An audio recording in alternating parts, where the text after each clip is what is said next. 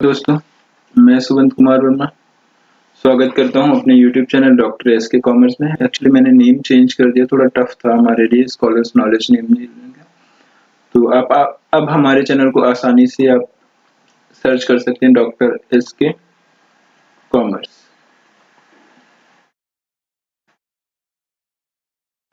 चलिए, एक्चुअली हम लोगों ने अभी तक पढ़ा जो भी चीजें हमने पाई थी, चूंकि एब्जॉर्प्शन कॉस्टिंग में भी हमने ब्रीफिंग करी, साथ ही साथ हमने मार्जिनल कॉस्टिंग करी। मार्जिनल कॉस्टिंग के एप्लीकेशन एरियाज की बात कर रहे थे,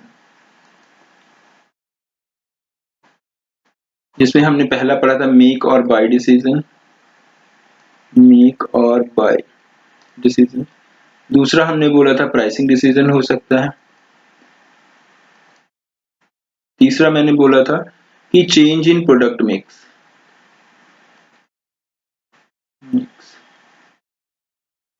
चौथा था एक्सप्लोरिंग न्यू मार्केट। एक्सप्लोरिंग पिछले वीडियोस में हमने क्लियरिटी दिया हुआ है, आप वहां से नोट कर सकते हैं। Exploring new market. And last जो था हमारा, हाँ, एक्सप्लोरिंग न्यू मार्केट के बाद में लास्ट ऑप्शन आप ज्यादा कुछ नहीं, इसमें शट डाउन डिसीजन की बात करी थी कि किस केस में हमें अपने बिजनेस को शट डाउन कर देना। These are all application areas of marginal costing.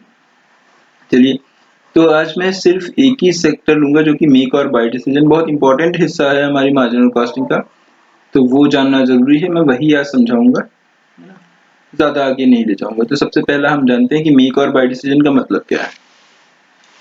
देखिए, ये अप्लीकेबल वहां होता है जहां पर हम कोई ऐसा प्रोडक्ट बना रहे होते हैं जो असेंबल करना होता है। ऐसा प्रोडक्ट बना रहे हैं जो असेंबल करना, जैसे साइकिल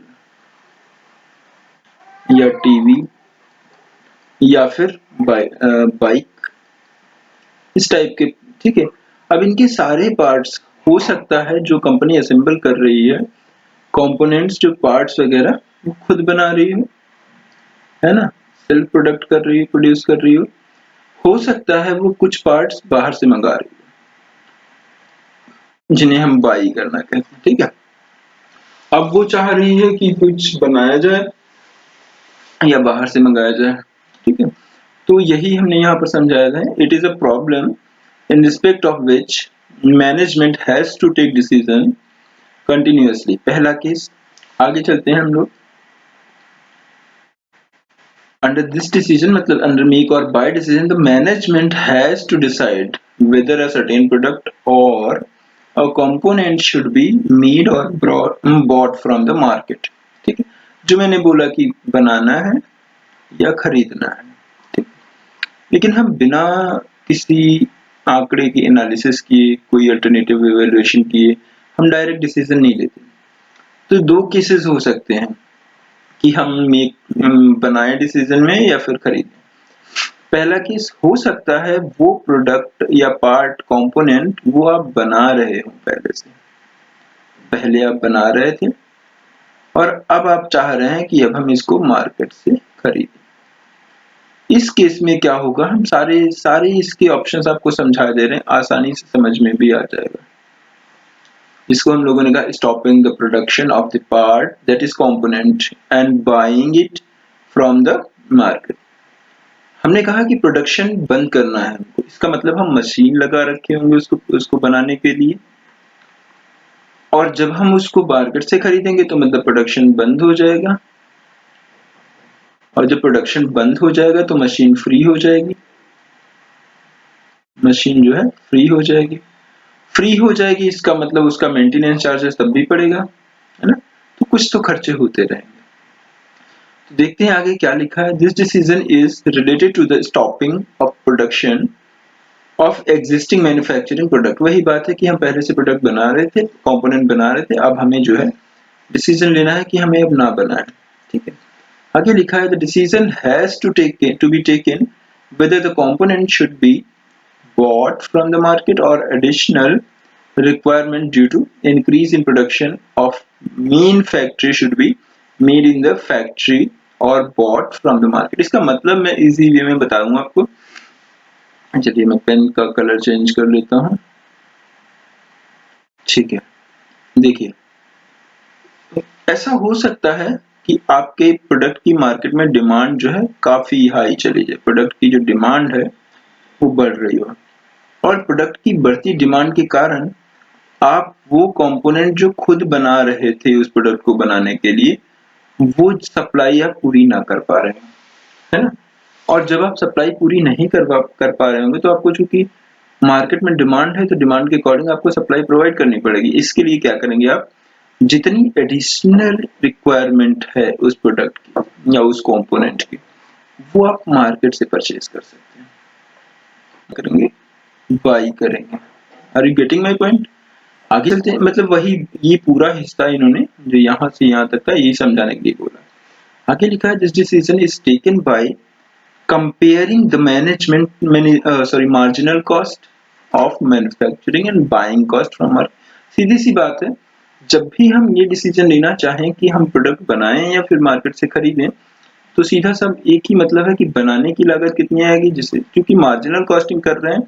और हम लोगों ने पिछले लेक्चर में पढ़ा था कि मार्जिनल कॉस्ट मानता है कि जितना प्रोडक्ट कॉस्ट होता है वो मार्जिनल कॉस्ट ही होता है, मतलब वेरिएबल कॉस्ट कहो या मार्जिनल कॉस्ट कहो, दोनों ही डिटर्मिनेंट किसके हैं, प्रोडक्ट कॉस्ट के, ठीक है। तो इन्होंने बोला कि मार्जिनल कॉस्ट को कंपेयर करेंगे हम किससे, बाइंग कॉस्ट से। जैसे अगर हम किसी प्रोडक्ट को बना रहे, कंपोनेंट बना रहे, तो उसको बनाने में 9 रुपए लागत आ रही है, मार्केट से खरीदने पे 9 रुपए 50 पैसे है, तो हम उसको बनाना पसंद करेंगे क्योंकि ऑलरेडी हमारे 50 पैसे कम हो जाएंगे, ठीक है। आगे चलते हैं, there would not be additional fixed cost only marginal cost, sorry margin, actually ये जो है, हाँ, marginal cost is the relevant factor. वही बात मैंने अभी बोला। एक और चीज बता दें, मार्जिनल कॉस्ट में जो ये फिक्स्ड कॉस्ट की बात करते हैं, ये कहते हैं कि फिक्स्ड कॉस्ट कांस्टेंट रहेगी, ये इसका अजम्पशन है। मैंने कल ही पढ़ाया था, पिछले लेक्चर में आपको बताया था, इसके कुछ अजम्पशंस हैं, और वो अजम्पशंस आप जरूर देखिएगा, तभी आपका मार्जिनल कॉस्टिंग वाला टॉपिक थोड़ा क्लियर होगा। हर थियरी का अपना एक अजम्पशन होता है। If the marginal cost is less than if the marginal cost is less than buying price, additional requirement of component should be met by making rather than buying। वही बात है, हमने कहा कि अगर marginal cost जो है buying price से कम है तो आप बनाओगे, और अगर marginal cost ज्यादा है, मतलब वही मैन्युफैक्चरिंग कॉस्ट अगर ज्यादा आ रही है, तो आप क्यों बनाओगे, आप मार्केट से खरीद लोगे। बेसिकली आपका मेन मोटिव क्या है, प्रॉफिट मैक्सिमाइजेशन। और प्रॉफिट मैक्सिमाइज तभी होगा, उसी केस में होगा जब आप मिनिमम कॉस्ट पे आप अपना प्रोडक्शन कर पाएंगे। या कंपोनेंट, सीधी सी बात है भाई, हर कोई क्यों नहीं मैन्युफैक्चरिंग करता, उसके पास सारे जो चीजें अवेलेबल नहीं है, उसको लगता है कि अगर हम शुरुआत करेंगे तो शायद हमें ह्यूज इन्वेस्टमेंट करना पड़े। आगे चलते हैं, if by price is less than marginal cost, वही लाइन जो मैंने बोली है, this one, marginal cost is greater than buying price. वही बात है कि हम मार्केट से परचेज करना उसको पसंद करेंगे। एक बड़ी चीज है जो मैं बताना चाह रहा था स्टार्टिंग से, लेकिन चलिए लास्ट में बता ही देते हैं। आपको बना रहे थे अभी तक, और अब हम इसका प्रोडक्शन रोकना चाह रहे हैं, स्टॉप करना चाह रहे हैं, और इसे हम मार्केट से बाई करना चाह रहे हैं। ध्यान दीजिएगा, बहुत बहुत इंपॉर्टेंट चीज है। इस पे हम एक मशीन लगा रहे थे, काम चल रहा था मशीन का, और अब हम क्या करेंगे, अगर हम प्रोडक्शन बंद करेंगे तो मशीन बंद हो जाएगी, मार्केट से वो सामान मंगाएंगे, लेकिन इस मशीन का कोई यूज नहीं हो रहा। तो हम क्या करेंगे, अब इस मशीन को हम किराए पे उठा सकते हैं। अगर हम किराए पे उठा के उससे 6,000 रुपए पर एनम रिसीव कर रहे हैं, तो इसका मतलब ये हुआ कि हमने जो बाहर से मार्केट से उस प्रोडक्ट को खरीदने का निर्णय लिया, उसकी लागत 6,000 है। आइए एक एग्जांपल से समझते हैं, आसानी से समझ में आ जाएगा।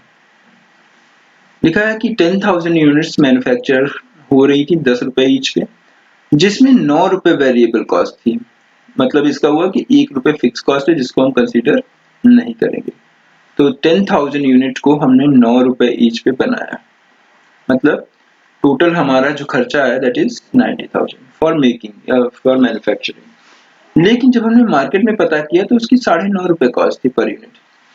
तो हमने देखा कि 10,000 यूनिट बनाए 9 रुपए के हिसाब से, तो 90,000 हमारा खर्च हो रहा है, और 10,000 यूनिट हम बाहर से खरीद रहे हैं तो हमारा 95,000 रुपए खर्चा हो रहा है। लेकिन हमने पाया, देखिए लिखा है साफ साफ ऊपर, कि हमने क्या किया, जो मशीन जिससे काम हमने क्या किया, इसमें एक और लाइन लिखी थी कि मशीन जो है उसको किराए पे उठा दिया गया 6,000 रुपए के हिसाब से। अब ध्यान दीजिए, हमने क्या किया, हमने वो मशीन बंद करी और 95,000 रुपए में 10,000 यूनिट खरीदी और उस मशीन को किराए पे उठा दिया, मतलब 6,000 और आने लगे। भाई अगर हम बना रहे होते वो प्रोडक्ट तो ये 6,000 हमारी इनकम नहीं होती। इसका मतलब हमारे रियल कॉस्ट कितनी बैठ रही है जब हम बाहर से खरीद रहे हैं, 89,000, दैट इज 8.90 रुपीज पर each. Are you getting my point? अब हम कंपैरिजन करेंगे कि हम 90,000 में बनाएं जबकि मशीन हमारी खाली नहीं रहेगी, ठीक है, या फिर हम 89,000 में बाहर से खरीद लें, 1,000 हमारा बेनिफिट हो गया। तो हम सीधा सा डिसीजन लेंगे कि हम बाई करेंगे उस प्रोडक्ट को। This is our decision. तो ये जो 6,000 था उसको हम अपॉर्चुनिटी कॉस्ट कहेंगे और हम इस ऐसे ही कंपेयर करते हैं 89,000 और 90,000 में कंपैरिजन करेंगे। 1,000 जो आएगा अपनी सेविंग आएगी और जब सेविंग जिसके फेवर में होती है वही हम शुरुआत करते हैं। दूसरा केस, पहला केस हमने पढ़ा कि प्रोडक्शन कर रहे थे और हमें प्रोडक्शन स्टॉप करना है और हमें बाई करना है। लेकिन दूसरा केस है कि अब हम क्या कर रहे हैं, अभी तक हम प्रोडक्शन नहीं कर रहे थे, उस कंपोनेंट को हम मार्केट से परचेज कर रहे थे, लेकिन अब हम चाह रहे हैं फैक्ट्री में उसको बनाएं। इसके लिए ये डिसीजन लेना आसान नहीं होगा। सबसे पहला केस, जब आप मार्केट से बाहर से सामान खरीद रहे थे, इसका मतलब आपके पास मशीन नहीं होगी पहले से उस प्रोडक्ट या उस कंपोनेंट को बनाने के लिए, तो मशीन लानी पड़ेगी। आपके पास स्पेस नहीं होगा उस मशीन को रखने के लिए, वो अरेंज करना पड़ेगा। आपके पास इलेक्ट्रिसिटी या लाइटिंग उतनी रिक्वायर्ड मात्रा में नहीं होगी क्योंकि आपके पास उसकी जरूरत नहीं थी अभी तक। आपके पास स्टाफ की कमी होगी और ये दोनों ही हो सकते हैं, स्किल्ड जो चलाने वाला हो उस मशीन को एंड नॉन स्किल्ड। साथ ही साथ इन सब के लिए आपको एक ह्यूज इन्वेस्टमेंट की जरूरत होगी। तो इतनी चीजें आपको जरूरत पड़ेंगी जब आप डिसीजन लोगे कि हम अब खरीदेंगे नहीं मार्केट से, अब हम क्या करेंगे, बनाएंगे। तो देखते हैं आगे क्या लिखा है। Some extra arrangements regarding space, labour, machines etcetera will be required. सीधी सी बात जो मैंने बताया वही उन्होंने एक्सप्लेन करने की कोशिश करी। This requires capital investment and some special overheads may also be necessary। सीधी सी बात है, खाली थोड़े मोटे खर्चे नहीं, क्योंकि आप बड़ा काम करने जा रहे हैं, कंपोनेंट के लिए मशीन खरीदना है, नॉर्मल सी बात है, उसके मेंटेनेंस पे तो खर्चा होना ही होना है। आगे, the decision for making the component, अब आप डिसीजन लेने जा रहे हैं कि हमें वो बनाना है। Making the component requires the setting up of a new machine and separate factory supervision staff। वही बात मैंने बोली कि सबकी जरूरत पड़ेगी। ऐसा नहीं है कि वो मशीन ऑटोमेटिक है, अगर ऑटोमेटिक भी है तो उसको सुपरविजन करना। भाई मेट्रो गाड़ियां होती, मेट्रो ट्रेन होती हैं, आपको पता है ऑटोमेटिक होती हैं, लेकिन ड्राइवर तो बैठता है ना, स्टाफ तो होता है, स्टेशन कंट्रोलर तो होता है। These are all required expenditures, उनको आप हटा नहीं सकते। All these requirements will need additional cost। सीधी सी बात है। The amount being paid to the outsider should be compared with the additional cost such as cost of raw material, wages, salary। यहाँ पर भी वही बात आएगी कि आप बनाना पसंद करने जा रहे हैं, आप चाह रहे हैं कि हम बनाएं, लेकिन आप खरीद रहे थे। आप ऐसे डिसीजन नहीं लेंगे कि हम बनाएंगे। आप जब डिसीजन लेने जा रहे हैं कि हम बनाना चाहेंगे तो आप कंपैरिजन भी करेंगे कि आपको बनाने में कम कॉस्ट आ रही है या खरीदने में कम कॉस्ट आ रही है, और इसी बेसिस पे आप देखोगे अगर आपकी मार्जिनल कॉस्ट जो है ज्यादा होगी बाइंग कॉस्ट से तो आप बाई करोगे, अगर मार्जिनल कॉस्ट लेस होगी तो आप बनाओगे। क्लियर? ध्यान दो, खाली इतने ही नहीं, अगर आपने डिसीजन ले लिया कि मुझे बनाना है, ध्यान दीजिएगा, मुझे बनाना है, तो पहला केस, आप जिस क्वालिटी का प्रोडक्ट कंपोनेंट खरीद रहे थे, ये सब लिखे, non cost factors are also required for the decision regarding marginal costing और regarding make or buy decision. Clear? अगर आपको डिसीजन लेना है कि हम बनाएं या खरीदें, तो खाली मार्जिनल कॉस्ट और बाइंग कॉस्ट ही नहीं सबसे बड़े रोल प्ले करेंगे, आपको और भी नॉन कॉस्ट फैक्टर भी देखने पड़ेंगे, जो जैसे कि जिस क्वालिटी पे आप सामान खरीद रहे थे, क्या आप वही क्वालिटी का सामान उतनी ही कॉस्ट में बना पा रहे हैं? तो मतलब आप क्वालिटी को कंपैरिजन जरूर करेंगे, पहला case. If decision of purchasing seems to be profitable, ध्यान दीजिएगा, अगर आप चाहते हैं कि हम बाई करें, आपको लग रहा है कि इससे हमें फायदा है, तो क्या सप्लायर्स आपके रेगुलर सप्लाई प्रोवाइड कर रेगुलर सप्लाई, अगर आप चाह रहे हैं बनाएं, तो क्या आप उस उतनी मात्रा में बना पाएंगे उस प्रोडक्ट को ताकि आपकी रेगुलर सप्लाई चलती रहे?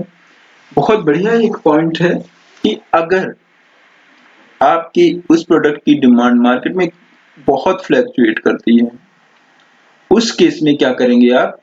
चूंकि फ्लैक्चुएट कर रही डिमांड, तो आपका मशीन, हो सकता है ऐसा टाइम आए कि अगर आप बना रहे हैं तो आपको मशीन किसी टाइम बंद करनी पड़े। तो इस केस से बढ़िया, इससे बचने के लिए आप क्या करो, अगर फ्लक्चुएशन ज्यादा है मार्केट में तो आप उसको खरीदना पसंद करो। लिखा है, in case of large fluctuations in demand it is better to purchase from outside. Clear?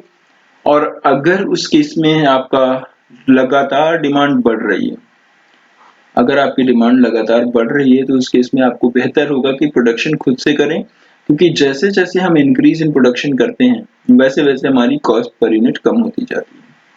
ठीक है, तो इतना था आज के लिए मेक और बाय डिसीजन के लिए। मेक और बाय डिसीजन में बस इतना ही है, हम हमेशा क्या कंपेयर करेंगे, मार्जिनल कॉस्ट को बाइंग कॉस्ट से कंपेयर करेंगे, और अगर मार्जिनल कॉस्ट ज्यादा है तो हम खरीदेंगे, अगर मार्जिनल कॉस्ट कम है तो हम बनाएंगे। ठीक है, लेकिन हाँ, इसके साथ साथ हमें ये नॉन कॉस्ट फैक्टर भी भूलने नहीं चाहिए।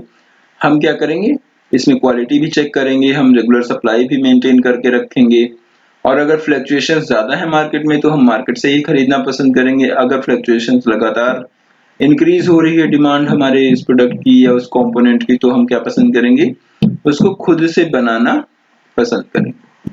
Thank you. मुझे खुशी इस बात की है कि आप लोगों का प्यार सपोर्ट हमें बहुत अच्छे से मिल रहा है, और काफी मात्रा में हमारे सब्सक्राइबर्स भी बढ़ रहे हैं। तो लेकिन हाँ, फिर भी मैं आप सबसे रिक्वेस्ट करता हूँ कि प्लीज प्लीज प्लीज हमारे वीडियो को लाइक शेयर सब्सक्राइब करना कभी ना भूलें। जैसे आप वीडियो देख रहे हैं, आप देखिए लाइक किया या नहीं किया, बाकी अपने फ्रेंड्स को भी शेयर करें ताकि थोड़ा सा मुझे भी बेनिफिट मिले, मोटिवेशन मिले। और अगर मैंने कुछ गलत पढ़ा दिया बाय मिस्टेक, है ना, मुझसे कुछ गड़बड़ हो गए, तो आप जरूर उसके कमेंट करें। ठीक है, और कोशिश करते हैं धीरे धीरे मैं एक टेलीग्राम ग्रुप शुरू करूंगा जिसमें आप लोग जुड़ के और भी अपने राय सजेशंस वगैरह दे दीजिएगा। Thank you.